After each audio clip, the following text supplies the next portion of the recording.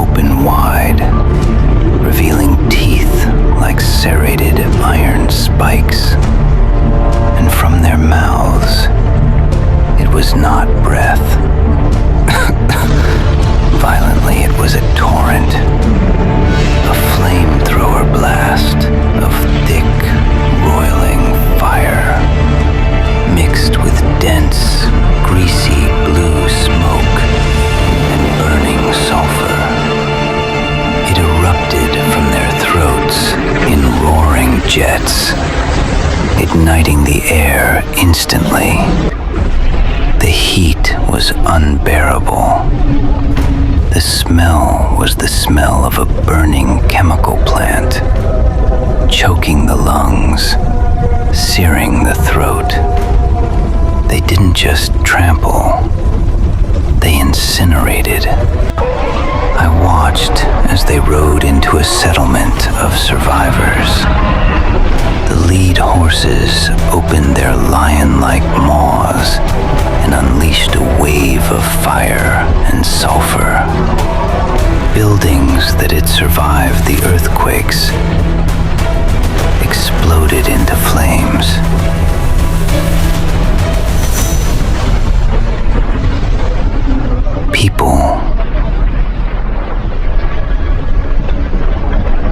People were turned to ash. In mid-scream,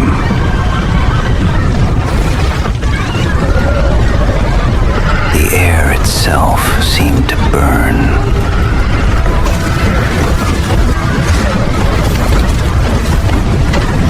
And it wasn't just the front, it was the back. I saw a rider pass, his horse exhaling a cloud of deadly sulfur. As it passed, I saw its tail. The tails were not horse tails. They were living serpents.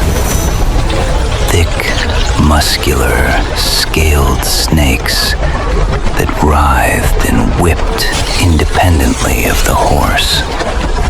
At the end of each tail was a head, a cobra-like head with venomous fangs, snapping and biting at anything the fire missed.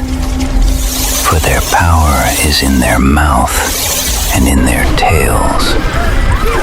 For their tails are like serpents, having heads, and with them they do harm. It was chaos. Absolute, unchecked chaos. I was caught in the middle of it, buffeted by the wind of their passing, choked by the sulfur smoke. I saw things that sear the soul. I saw a crowd of people running, stumbling over rubble, trying to escape the charge. A wave of fire from the lion-headed beasts washed over them. They didn't even have time to fall. They just ignited. I saw the snake tails whipping into alleyways, dragging screaming people out into the open to be trampled by the hooves of bronze and iron. The noise was deafening. The roar of 200 million lion-headed beasts. The hissing of millions of serpent tails. The thunder of hooves. The screaming of dying humanity. The roar of an entire world on fire. The sky turned black with the smoke of the burning. The sun was gone completely now. The only light came from the flashes of the fire breath, illuminating the armored riders in terrifying staccato bursts of orange and yellow light. It went on for days, or maybe hours. Time lost all meaning. It was just a continuous onslaught of fire, smoke, and sulfur. The mandate was fulfilled. By these three plagues, a third of mankind was killed by the fire and the smoke and the brimstone which came out of their mouths. Billions gone. The earth was covered in the dead. The cities were gutted, hollowed out shells burning in the night. The rivers ran thick with ash and corpses. The silence returned, but this time it was the silence of a graveyard that spanned continents. I stood in the aftermath. The smoke hung low, a toxic fog that clung to the ground. The heat from the fires still radiated from the stones. I walked among the dead, and I walked among the living. And this is the part that breaks my heart more than the fire, more than the lion heads and serpent tails. I saw the survivors, the 2/3 who were not killed by these plagues. Here's worse than it looks. We can't stay out long. I know. We move fast, keep masks up. They crawled out of their bunkers. Don't breathe deep. They emerged from the caves where they had hidden. They were covered in ash, their eyes wild with terror, coughing up the sulfur smoke.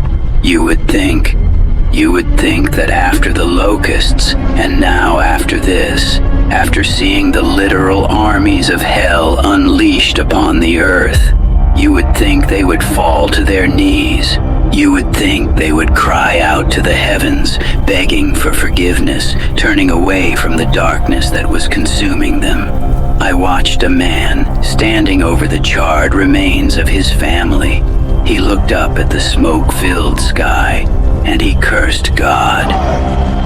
You hear me? You can't have us! You won't take what's left! Damn you! Damn you for all of it! Burn the sky if you want, I don't care! We're still He here! turned away and walked back toward his ruined home, where I knew he kept his little idols of gold and silver. The rest of mankind, who were not killed by these plagues, did not repent of the works of their hands, that they should not worship demons and idols of gold, silver, brass, stone, and wood, which can neither see, nor hear, nor walk. They did not repent of their murders or their sorceries, or their sexual immorality, or their thefts. They saw the abyss open.